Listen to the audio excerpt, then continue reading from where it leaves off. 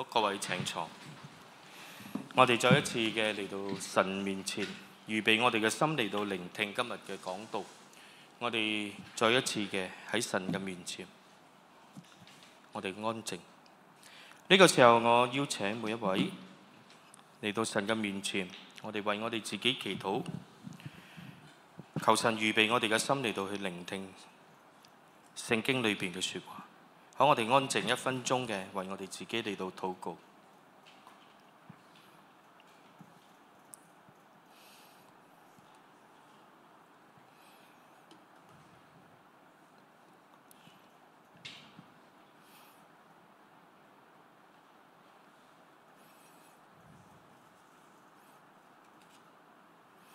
主啊，呢個時候我哋喺你嘅面前，我哋等候你，我哋等候你開口向我哋說話，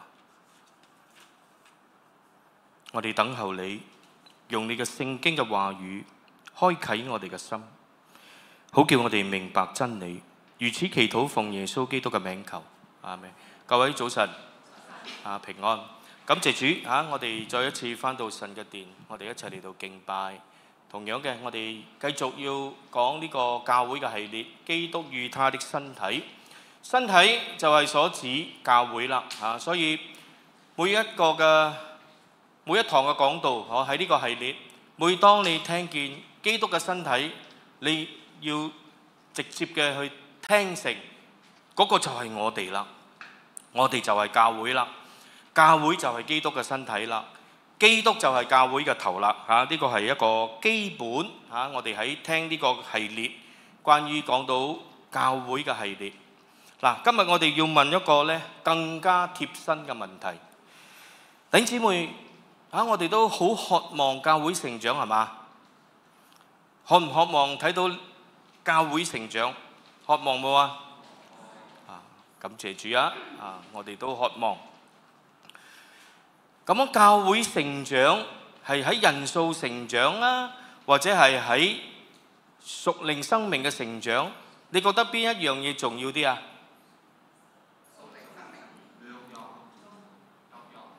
有一種咁嘅講法啦，穩陣啲嘅講法呢，就係講，我哋質素嘅成長緊要啲。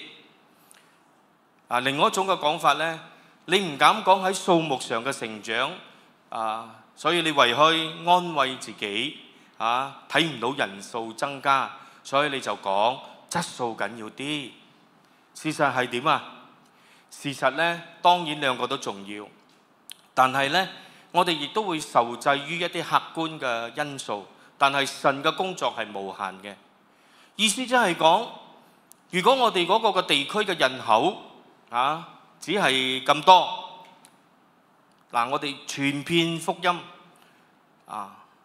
嚟嘅人，或者我哋教會呢個堂會嘅限制，只係可以容納咁多人就算最多人就係咁多人咯，係咪？呢個係客觀因素，但係唔好忽略上帝可以有無限嘅可能所以我哋睇到一啲嘅教會呢擴展，唔單止只係教會啲凳多咗，同樣嘅喺教會日常嘅生活，除咗主日呢，小組不斷成長，都係一個好重要嘅因素。當然我哋知道，睇到人數嘅增長呢，可能只係一個嘅表象。表象嘅意思即係講呢，係一個表面。就好似今日坐喺度，我哋每一個人你睇個個喺度坐住呢，都好光鮮、好亮眼嘅。我哋個個都幾好嘅，睇落去個個都唔錯嘅。但係實質我哋亦都知道呢，如果真係我哋實際嘅光景又係如何呢？嗰個就另當別論啦。同樣嘅教會都係，我哋可以喺表面上、人數上或者係各方面睇落去好似興旺，但係如果喺嗰個屬靈嘅質素，如果呢屬靈嗰度冇成長呢，呢個只不過係呢一個比較短暫嘅成長。但係如果我哋講喺一個屬靈上嘅成長，我哋知道呢，無論教會發生咩事，無論外在嘅環境如何改變，呢個教會都會繼續成長。所以你講係咪憑空講㗎？唔係。如果你翻到去聖經嚟到去睇，歷世歷代嘅教會經歷咗好多嘅苦難，好多嘅迫害。同樣而家喺世界一啲極權嘅國家，特別我哋知道地下嘅教會不斷嘅成長，但係喺表面上冇成長。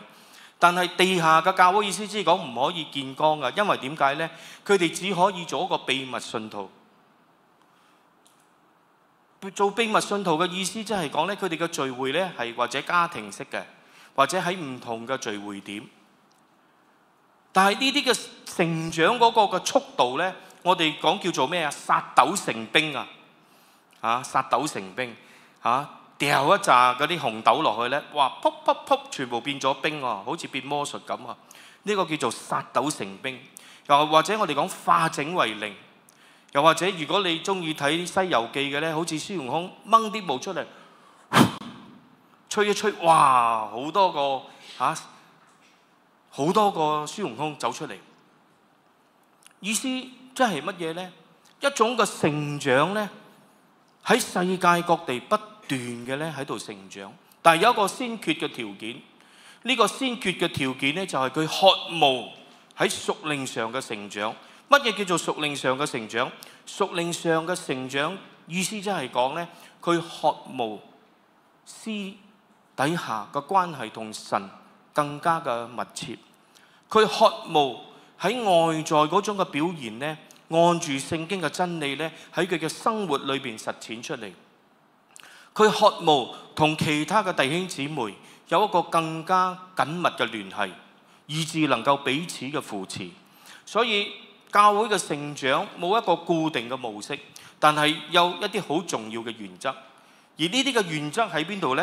呢啲嘅原則呢，就係第一樣嘢，我哋要問一個好重要嘅問題，就係今日呢一個嘅呢一堂信息嘅題目：教會成長到底係邊個嘅責任？今日我哋要問啦，可能喺你嘅腦海裏邊嘅責任，可能係離你好遠嘅。但係今日我哋睇見聖經一個嘅呼召，呢個嘅呼召呢，就係佢呼召佢所有嘅子民喺教會裏邊嘅人，冇一個人係旁觀者，因為基督嘅身體就係教會，教會就係我哋。聖經形容就係肢體，肢體就係手手腳腳唔同嘅器官，要聯絡起嚟，呢個身體先能夠成長。所以今日我哋嘅題目係教會嘅成長，誰嘅責任？到底係誰嘅責任？而有好多研究教會成長，可以寫好多嘅書，可以有好多嘅模式，例如最近比較流行嘅幸福小組，有冇有聽過 Alpha？ 再早期一啲，我初信主嘅時候呢，叫做細胞小組。你去到每一個時代都會有一啲唔同嘅方法話俾我哋聽，只要你照住咁去做，教會就可以成長啦。當然，當唔同嘅教會去吊別機複製呢啲嘅模式，有啲教會成功，有啲教會失敗。但係無論係任何嘅模式，我哋必須要翻到去聖經講點樣嘅原則，先至係能夠令教會可以一個好穩定嘅成長。所以教會嘅成長，我哋講佢嘅成長嘅奧秘喺邊度呢？或者講到底有咩嘅秘訣呢？呢個呢，就係聖經俾我哋一個好直接一個嘅答案，就係喺以弗所書第4章11至到16節，呢度好直接嘅話俾我哋聽，肢體配搭係最重要一個嘅成長嘅關鍵同埋原則，以及即時嘅建立。意思即係講呢，點樣喺彼此嘅配搭裏邊能夠令教會成長。所以如果呢，我哋只係好熱衷於唔同嘅模式，或者我哋講而家流行，而家覺得細胞小組可以令教會成長，我哋就去做細胞小組。又或者我哋講 G12 Group 12即係有12個門徒式嘅呢啲嘅小組喺2000年代嘅時候好流行。嗱，而家唔興咗啦，而家係興咩啊？而家興咧幸福小組 Alpha 小組。嗱，呢個咧證明咧係能夠可以咧去傳福音，能夠令到可以帶到好多人信主，教會有好多嘅新嘅會友入嚟咧，能夠成長。呢個係證明係得嘅，但係我哋必須要提醒，如果呢一種嘅模式偏離咗或者忘記咗聖經裏邊嘅教導，佢嗰種嘅成長可能係我哋講曇花一現。乜嘢叫做曇花一現啊？曇花係好靚嘅花，佢開幾個鐘嘅啫。所以呢，曇花開嘅時候呢，哇！你就一定要盡快去欣賞佢啦。因為點解呢？或者幾個鐘頭之後呢，佢就凋零㗎啦。同樣嘅教會唔係好似成長，唔係好似放煙花，噼啪一個煙花煙花好璀璨，好美麗，但係呢，瞬間即逝。所以而家我哋要追求嘅成長係乜嘢呢？正話我聽到一啲弟兄姊妹講，屬靈嘅質素比人數嚟得重要。嗱，呢種嘅講法係冇錯嘅，因為的而且確係重要嘅，但係唔代表我哋攞呢一樣嘢成為我哋教會人數唔增加一個嘅自我安慰嘅一個嘅理由。所以我哋要去平衡睇呢樣嘢。無可否認，點樣能夠令到教會嘅屬靈質素、教會可以穩健嘅成長呢？必須要返到聖經所講嘅肢體要配搭一齊嚟到去，使到教會嚟到成長。所以啦，而家我再問一個好直接嘅問題，正話我哋講教會成長邊個嘅責任？嗱，你諗定一個嘅答案先啊！嗱，我已經解釋咗好多啦，但係我講唔係你聽咗我解釋，你改變開你嘅諗法，而係你原本嘅諗法係乜嘢，同陣間你所聽到嘅有咩嘅出入？我再問教會嘅成長，無論喺質素，無論喺人數 （quality 或者 quantity） 嘅成長，到底係邊個嘅責任？嗱，你諗遍你原本你自己嘅答案係乜嘢？所以嗱，我必須要講咧我哋講要撥開雲霧見青天哇！我哋而家好似喺霧裏看花似真似假。而家我哋咧要撥開嘅雲霧咧，嚟到去攞走一啲嘅誤會，先至能夠可以幫助我哋體檢到底教會嘅成長係邊個嘅責任。一個最常見嘅誤會就係覺得教會嘅成長只係牧者嘅責任，教會唔成長係因為牧師有問題。好多人都咁樣認為。嗱，當然我哋講牧師牧者喺教會嗰個做帶領，當然係重要㗎我哋講，其實教會嘅成長與否呢，多多少少呢係同牧者有關係嘅。但係你講只係同牧者有關係嗱，你留意我用嘅字眼我係講教會成長只係牧者嘅責任。我一個問號，到底淨係牧者嘅責任？所以睇到教會唔成長嘅時候，有人就開始會諗啦，係咪牧師冇盡到嗰個嘅責任呢？嗱，呢個呢係好多人心裏邊呢可能你冇講，或者你曾經諗過，又或者呢你有一個嘅疑問，但係呢個好普遍嘅，係一個成日都會有嘅誤會。所以嗱，我哋呢同時唔係講淨係牧師喎，你講同領袖都有關係。所以嗱，呢啲嘅誤會呢，成日盤旋喺我哋堂會裏邊一個所謂叫做迷思嗱，回想一下，而家我講回想一下，你過去你對教會嘅成長嘅理解係乜嘢？好似我哋正話所講嘅人數嘅增加，活動好豐富，或者仲係靈命被建立起嚟，或者係信心成熟。所以我哋一個好肯定嘅答案，呢啲都係當質素成長嘅時候，人數會增加，會嘅。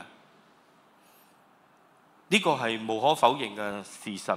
但係你講係咪質素重要過人數嘅呢？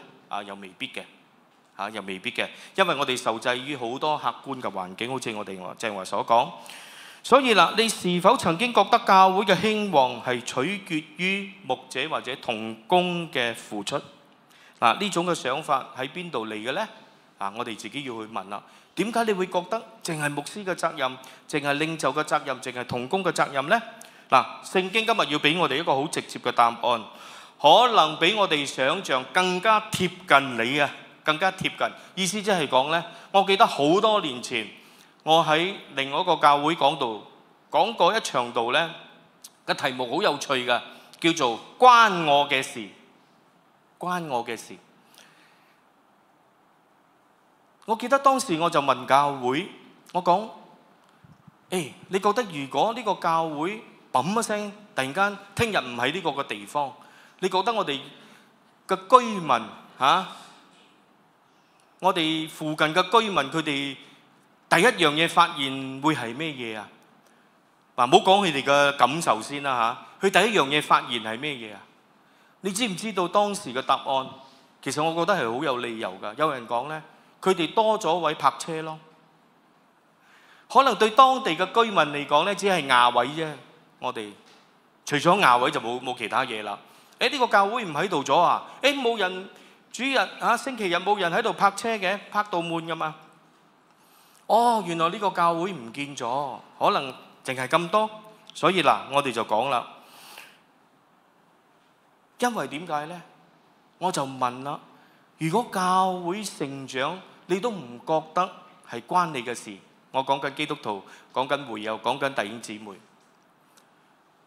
到最後呢個嘅教會必定唔會成長，因為點解呢？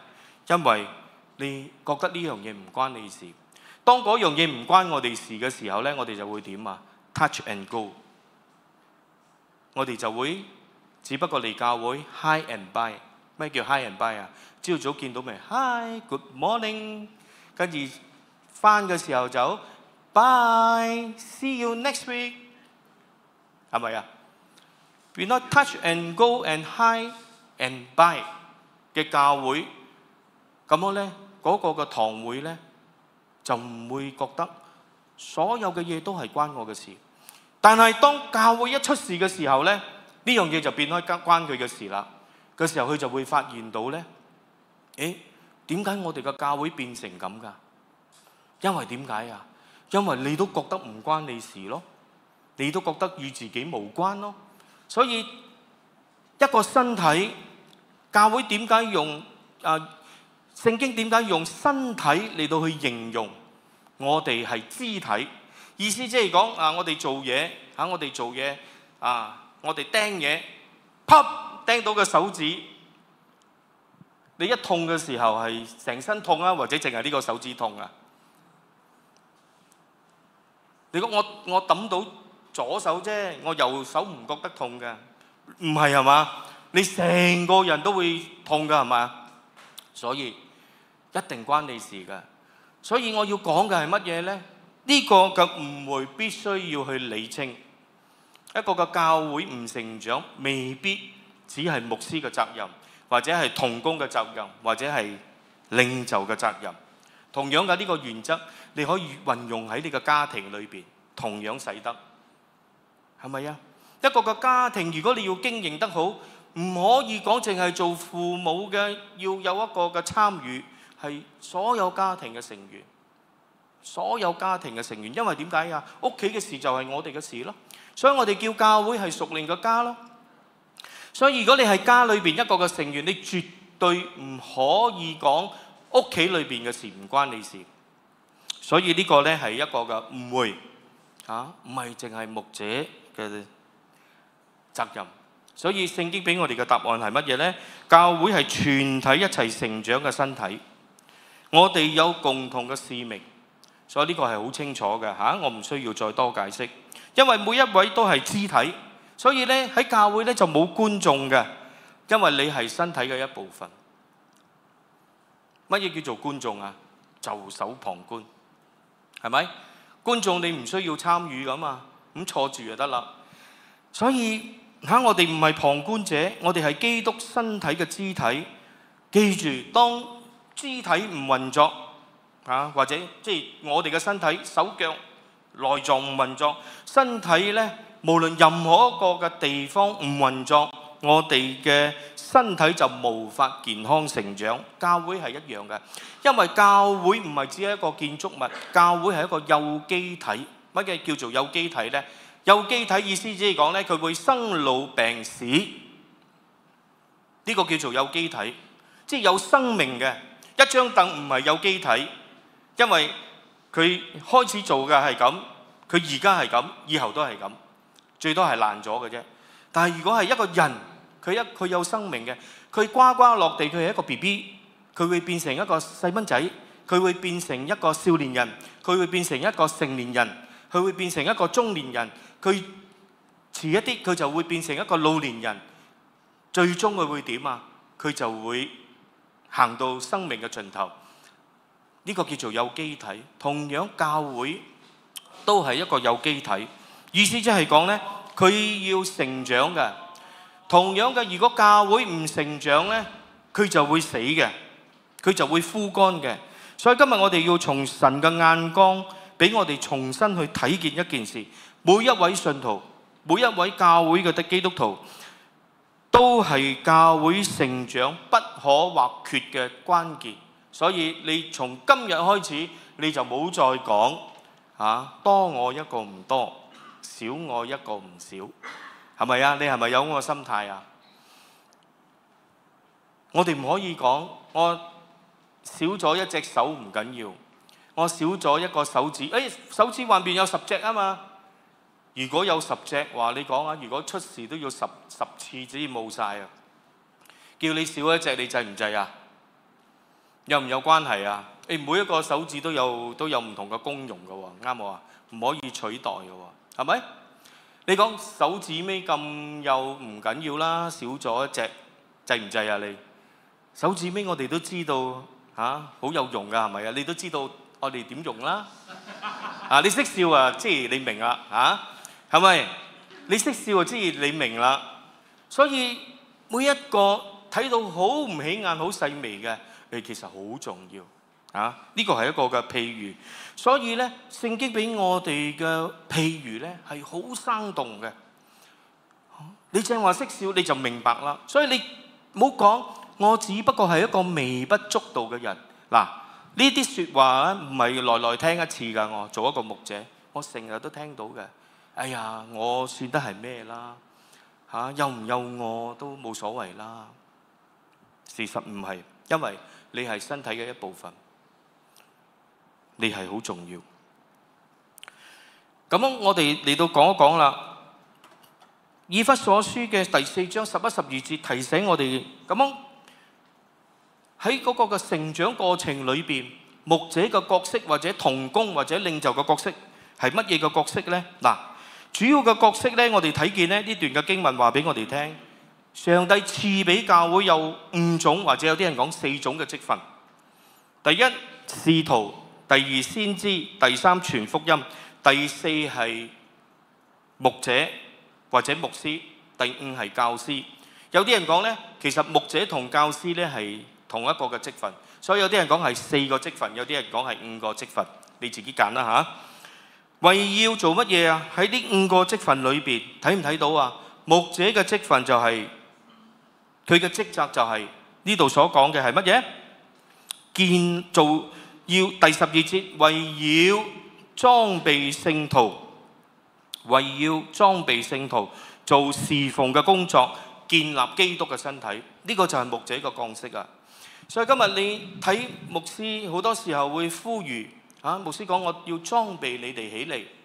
嗱，要裝備起嚟唔係為咗牧師嘅，係因為點解？係因為聖經嘅俾到我哋睇見，如果一個教會要建立呢個身體要成長，必須要人起嚟擔任呢一個裝備聖徒嘅責任。擔呢個裝備係為開使到所有喺教會裏邊每一個嘅肢體呢，能夠發揮佢嘅功用，做侍奉嘅工作，到最後建立基督嘅身體就係教會。所以我哋睇見聖經直接話俾我哋聽，保羅啊，呢個寫呢個書信嘅作者叫做保羅，使徒保羅，佢冇將焦點放喺牧者做幾多嘅事，教會先能夠成長，而係放喺牧者佢係為邊個而做乜嘢。我再講，保羅呢度嘅焦點帶領我哋睇見呢段嘅經文，唔係呢個牧者有幾大嘅才幹，可以做幾多嘅事，可以有幾大嘅能力，而係呢個牧者識得去服侍訓練嘅對象，同埋佢用乜嘢嘅方法做乜嘢嘅嘢嚟到去訓練呢啲嘅聖徒，使呢啲嘅聖徒能夠起嚟，即係肢體基督徒教會嘅成員能夠起嚟參與服侍。呢個係牧者嘅角色，所以好清楚㗎。所以經文同樣亦都提醒我哋，佢賜下呢5種或者係4種嘅職分，圍繞成全聖徒，各盡其職，建立基督嘅身體；圍繞裝備聖徒做侍奉嘅工作，建立基督嘅身體。呢個係牧師、牧者主要嘅角色喺教會裏邊。所以牧者嘅角色係裝備者，唔係替代者。所以我唔可以替代你。所以就算我點樣嘅勤力，我點樣嘅努力，我代替唔到你。因為點解啊？上帝有俾你嘅崗位，所以喺教會裏邊每一個人都有唔同嘅崗位，所以有呢種嘅區分，有使徒，有先知，有傳福音，有牧師，有教師。所以要留意，牧者唔係一個專業服侍嘅人。乜嘢叫做專業服侍嘅人？好似嗱，你睇我哋讀得知佢係專業嘅。講到醫藥呢，或者在場，得一個醫生，佢講關於醫藥嘅呢，佢就係專業啦，佢就係權威啦。你唔敢同佢拗㗎係嘛？係咪？因為點解？佢係醫生啊嘛，佢最熟醫學嘅嘢啊嘛。但係牧者呢，唔係咁樣嘅角色，佢唔係一個專業人士。牧者係裝備聖徒嘅人係咁多啦。所以我哋去接受裝備牧者，我哋去神學院或者我哋睇好多嘅書，我哋去聽講座，我哋學習好多，然之後我哋喺生活上我哋經歷所有呢啲嘅嘢呢，用喺邊度呢？就係用喺去裝備聖徒，唔係一個好似專業嘅，單單喺一個範圍裏邊。所以要記住，教會唔係請人嚟做工。所以我覺得好有趣一個可能係故事，可能係真實嘅。我喺好多年前呢，我聽過一個可以講係笑話啦，亦都係可以講係一個嘅提醒。不過我都應該有講過俾你哋聽嘅。一個好後生嘅牧師去到一個嘅教會喺第一個嘅主日呢，去到呢個嘅教會呢，佢就開始要認識教會嘅領袖、教會嘅執事或者教會嘅長老。同樣佢亦都要去認識唔同嘅會友。咁樣咧，喺第一個嘅主日咧，佢第一次嚟啊嘛。所以當佢第一次嚟咧，佢除咗去介紹佢自己咧，然之後咧佢就如常去主持呢個嘅崇拜，去主持呢個嘅聖餐。然之後咧就喺崇拜嘅某一個嘅段落咧，佢就請一個教會嘅領袖，即係德高望重，各眾人都認為咧佢係一個嘅領袖。即係或者係長老唔同嘅宗派有唔同嘅稱呼。我哋如果係衛理公會咧，我哋就或者係講主席或者係講執事啊。所以呢個年輕嘅牧師咧，為咗即係講都要尊重下教會嘅領袖啊嘛，未請教會嘅領袖就講，我請你上嚟咧，為我哋做一個嘅祈禱我哋咧就結束今日嘅呢個嘅崇拜。咁樣咧，呢一個嘅領袖一聽到咧佢就覺得有啲愕然，有啲嘅愕然咧，佢就照樣啦上嚟祈禱。祈禱完開之後咧，散會咧，呢個領袖咧就行去呢個年輕嘅牧師嗰度，就問呢個牧師啦。佢講：牧師啊，你知唔知道？又或者你唔知，而家我講俾你知，我哋素來咧，我哋嘅牧師咧都係所有嘅嘢佢一手包辦嘅，因為咧我哋請你翻嚟咧係包埋祈禱㗎。佢講。你明唔明白咩意思啊？哦，原來咧佢覺得咧牧師請翻嚟咧係要包加料嚇，請佢禱告咧，佢講：我請你翻嚟，應該你包埋祈禱嘅喎，做咩你要我上去祈禱啊？所以呢個嘅唔知係一個笑話啦，或者一個真實嘅事。我要表達嘅係乜嘢呢？甚至乎呢個所謂嘅教會嘅領袖咧，佢都覺得咧教會咧係即係請牧師翻嚟做工㗎。所以我而家問你，牧師係咪教會請翻嚟做工嘅人啊？你唔敢答，因為點解呢？你唔係好肯定。我睇你哋嘅面容，我就知道你哋唔係好肯定。但係今日我要話俾你聽。教會唔係請人翻嚟做工，唔係請牧師翻嚟做工，唔係請同工翻嚟做工，亦都唔係請任何人翻嚟做工。教會係乜嘢啊？教會係大家一齊做工。所以教會冇所謂請一個人翻嚟做工，因為點解呢？當然你講牧者或者係同工係受薪嘅，因為點解？佢哋已經放棄咗出邊，佢哋冇入息㗎。佢哋放棄咗好多揾錢嘅機會，或者係揾生活嘅機會。所以如果當佢全時間喺教會做工嘅時候，佢都要一份糧去繼續佢嘅生活，就係咁多。所以教會唔係請人翻嚟做工，教會係一齊做工。跟我講一次，教會唔係請人翻嚟做工。1、2、3，教會唔係請人翻嚟做工，係大家一齊做工，係大家一齊做工。再嚟一次，係大家一齊做工。所以嗱，以後我再問你你可以好肯定講啦，我哋冇請人翻嚟做工，我哋唔係請一個牧師翻嚟做工。所以我亦都親耳聽過一啲嘅領袖講呢，唔係喺你哋呢度啦，第二個教會，我所以前服侍過嘅教會，一啲嘅領袖甚至乎講呢，好似請牧師翻嚟1個禮拜係做1日工。我哋唔使牧師啊嘛，牧師都係1個禮拜講一場道啫嘛，使咩咁多錢請佢翻嚟呢？我哋自己都可以講道啊嘛。所以啦，呢啲係完全嘅錯誤，因為點解呢？教會需要一個牧者嘅角色嚟到去裝備聖徒，嚟到去用上帝俾唔同嘅職分，有使徒、有先知、有傳福音嘅，有牧師、有教師。所以喺呢啲唔同嘅角色嘅裏邊，我哋都需要人一齊去做，但係需要一個人去做帶領嘅角色。所以要記住要記住，牧者嘅角色唔能夠替代你。講到最後，我要講一個好重要一句嘅説話，就係無論牧者點樣受過訓練，我代替唔到你，我代替唔到你。記住我哋呢一個嘅譬如嗰個手指尾嘅譬如手指公唔可以代替手指尾，手指尾唔可以代替手指公。每一個嘅手指，上帝所創造嘅都有佢嘅功用，同樣嘅喺教會裏邊都係一樣。所以嗱，呢個呢係教會設定嘅模式，裝備聖徒，各盡其職，建立教會。呢個係12節呢講到好清楚嘅。所以呢，呢個就係成長嘅模式。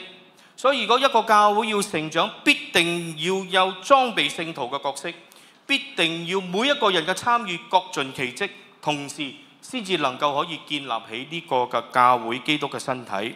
所以呢個係神設定一個健康嘅模式。所以亦都唔好太過去倚重某一個人喺教會。所以呢個提醒我哋好重要啊！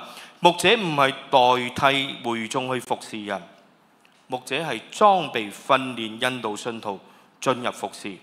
教會唔係少數人做工，多數人喺度觀看，而係被裝備嘅眾人一同參與，教會先至合乎呢一節經文上帝所設定成長嘅模式。所以我希望今日可以將呢啲好基本聖經嘅教導俾弟兄姊妹一個好清晰嘅觀念，教會成長嘅模式係咩？所以呢個呢，我哋亦都要去調整一下。如果你過去你認為牧者應該係包㗎，你有包辦一切。如果你認為牧者要包辦一切呢，可能呢你就會失望啦。因為點解呢？你覺得牧者未包晒所有嘅一切，導致你嗰個期待唔同。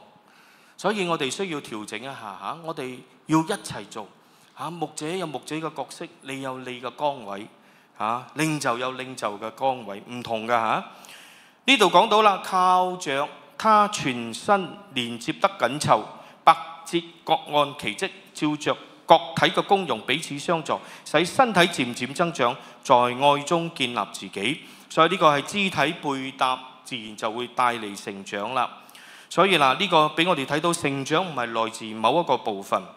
所以呢度提醒我哋好重要嘅幾件事，就係每一個部分都要運作，各按其職，盡自己嘅功用，喺愛中建立自己。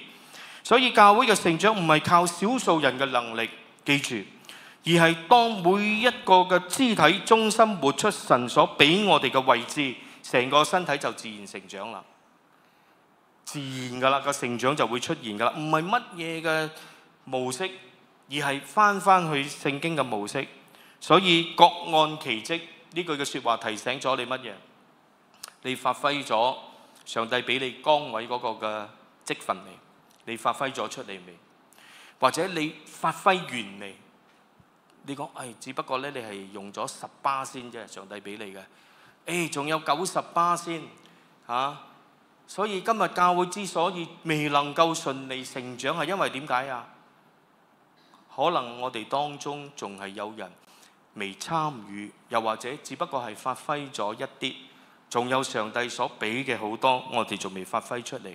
所以我哋需要喺呢一方面繼續嘅去彼此嘅去提醒，彼此鼓勵。我哋都積極嘅咧嚟到去參與。所以弟兄姊妹，當我哋配搭咧，教會自然就會帶嚟成長啦。所以每一個嘅肢體都有功用以及位置，好直接話俾我哋聽。聖經講身體之所以能健康，唔係因為某一個部分特別嘅強壯，而係因為每一個部分都喺自己嘅位置上忠心運作。心臟唔可以做肺嘅嘢，肺唔可以做肝嘅嘢，肝唔可以做脾嘅嘢，脾嘅嘢唔可以做腰子嘅嘢，係咪？鼻哥唔可以代替口，口唔可以代替眼，眼唔可以代替耳仔，都有各自嘅功用。所以呢個呢，就係講，當每一個嘅部分發揮，忠心嘅去守住佢自己嘅位置，教會就能夠順利嘅成長啦。好啦，我哋講一個好關鍵嘅提醒，就係冇多餘嘅肢體，亦都冇用嘅恩賜，要記住冇勒啤嘅上帝冇做多餘嘅，啱啱好我哋喺好多年前，我哋講我哋嘅牙腸盲腸係身體裏邊多咗一條唔知乜嘢出嚟啊！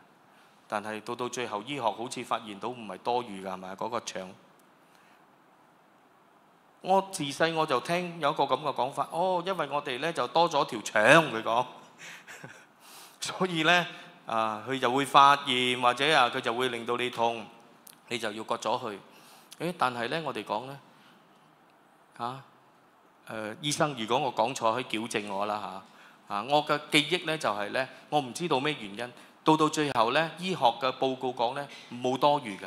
我哋身體入邊冇多餘嘅嘢，同樣嘅，上帝做佢嘅身體冇一個人係多餘嘅，你喺度冇一個人係多餘嘅亦都冇用嘅恩賜。所以弟兄姊妹，冇人被做出嚟係一個旁觀者，怒嘅、笑嘅、啱啱信主嘅、信咗好耐嘅都有位置，都有功用唔服侍嘅肢體咧，到最後會點就會萎縮，好似根咁樣萎縮。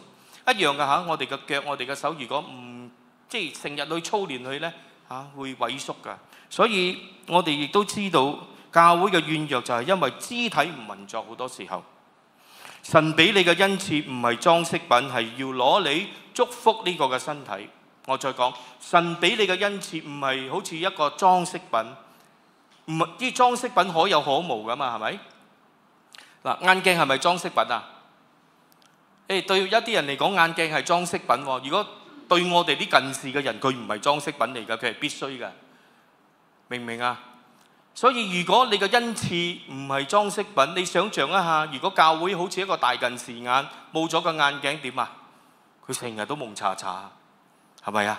成日都蒙查查就好似而家我睇你哋除咗個眼鏡啦，有個影嘅啫其實你笑你嬲我都睇唔到㗎。直到幾時啊？我戴翻個眼鏡，呢個叫做一目了然，睇得清楚啦。同樣嘅，如果你唔發揮你嘅恩賜，你就會令到教會好似一個大近視眼，寸步難行。我冇咗呢個嘅眼鏡，寸步難行㗎。寸步難行。我相信在座，如果你係近視眼嘅，你會知；如果你唔係近視眼嘅，可能你唔會了解。但係你可以想像係咪啊？蒙查查。所以教會之所以唔能夠前進，係因為點解？你未參與，關你嘅事，你未發揮完全，你只不過叫做係蜻蜓點水。哇！呢招好用啊！因為點解呢？你又唔可以講我冇參與喎，我又有參與喎，但係呢，我又識點到即止喎。呢個叫做乜嘢啊？蜻蜓點水。有唔有睇過啲蜻蜓啊、唐咪咪啊，喺個水嗰度跳下跳下，佢唔會潛水落去㗎啦。而家呢，我哋唔係要蜻蜓點水，我哋係要咩嘢啊？我哋係要跳落去，跳落去。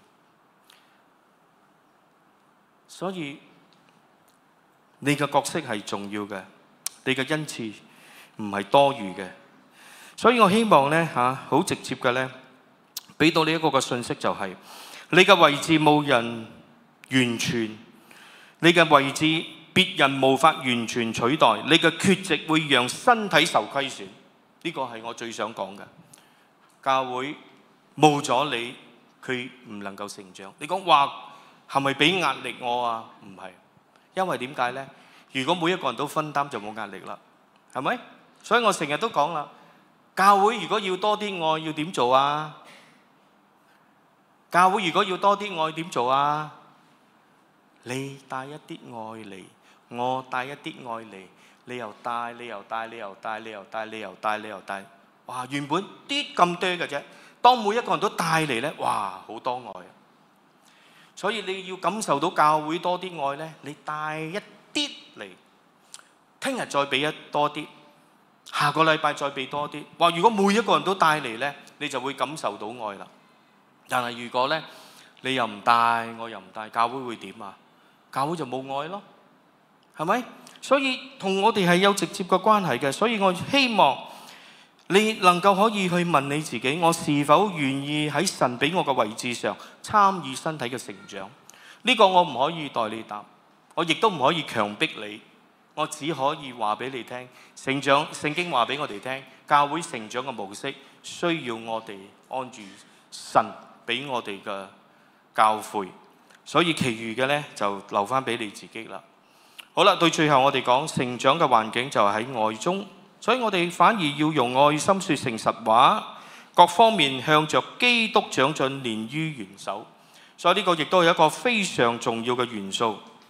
如果我哋講教會要成長，唔係靠技巧，而係要靠愛。好似我正話所講嘅，教會真正嘅合一唔係唔會鬧交，教會真正嘅合一唔係唔會衝突，教會真正嘅合一唔係外表嘅和諧，而係乜嘢呢？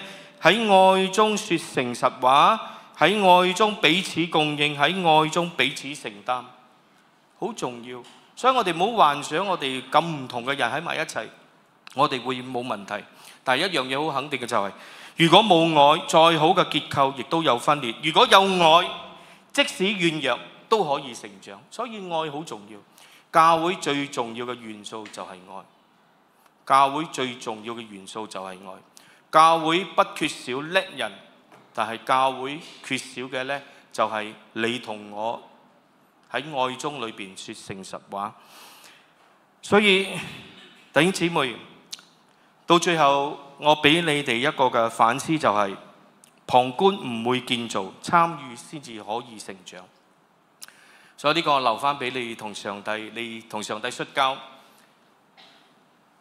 教會要成長，需要你嘅參與。教會要成長，需要你嘅參與。所以我選擇旁觀，身體就少咗一份力量。當我願意參與，神嘅建造就開始發生。呢個係會發生嘅，只不過我哋願唔願意。同樣嘅，上帝俾我哋每一個人嘅恩賜好唔同，我哋專心做我哋嘅恩賜。所以當你睇到弟兄姊妹有其他嘅恩賜，你祝福佢。就算你嗰個部門或者你嗰個嘅崗位好缺乏人都好，但係每一個人嘅恩賜唔同，每一個人嘅負擔唔同，係咪？所以我哋要互相嘅鼓勵，鼓勵對方喺佢嘅恩賜嗰度繼續發揮。所以當冇人係旁觀者嘅時候，就參與建造啦。參與呢，教會就可以成長啦。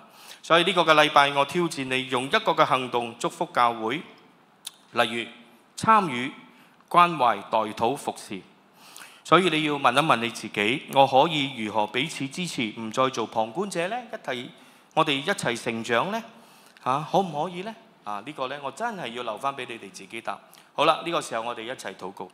天父上帝，我哋感謝你，為咗彼此嘅恩賜、委心與愛心嘅禱告，求主建立教會、建立小組，使我哋喺愛中一同成長，聯於耶穌基督。主啊，我哋感謝你，因為你將我哋安放喺同一個嘅身體，唔係偶然，亦都唔係多餘。求你幫助我哋彼此認識、彼此接納，亦都彼此欣賞你放喺我哋身上嘅恩賜，賜俾我哋一顆願意委身嘅心，不作旁觀者，而喺愛中彼此嘅配搭、彼此扶持。求你建立我哋嘅教會，建立我哋嘅小組，使我哋喺愛中一同成長，緊緊嘅連於我哋嘅元首耶穌基督。我哋奉主耶穌基督你自己嘅名禱告，阿們。